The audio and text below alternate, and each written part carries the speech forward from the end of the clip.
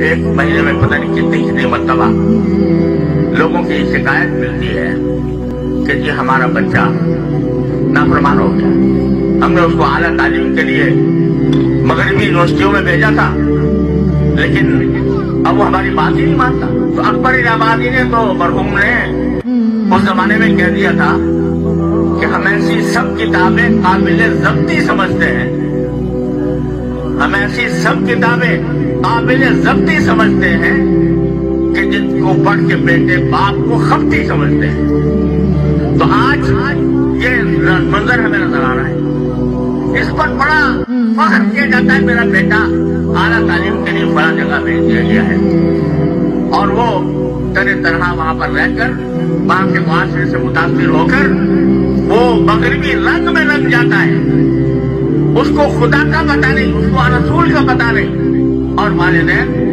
बाद में आकर रोते कि जी हमने भेजा था लेकिन हाथ से निकल गया। तो क्यों हुआ ऐसा? इसलिए कि आपकी जिम्मेदारी थी कि अपने बच्चों की सही तालीम और तरबियत करें। माँ की आगोश सबसे पहला मदरसा होता है किसी बच्चे के लिए। वो माँ, ऐसी माँ जो बच्चों को लोरियों में भी दर्स दिया करे, जो लोरियों में दर्स दे।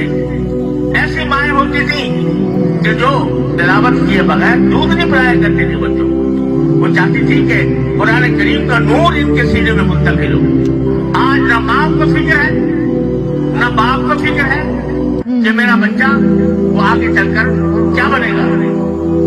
इतना तो जरूर है कि भाई थोड़ी सी उसको डिग्रियां दिलवा दी, लेकिन डिग्रियां दिलवाने के बाद बेशक वो मास्टर बन गया, वो ग्रेजुएट बन गया, वो पीएचडी हो गया, वो मास्टर कहलाने लगा, लेकिन सही इंसान भी बना कि नहीं, मुसलमान भी बना कि नहीं, ये तसव्वुर ज़हनों से ओझल होता जा रहा है।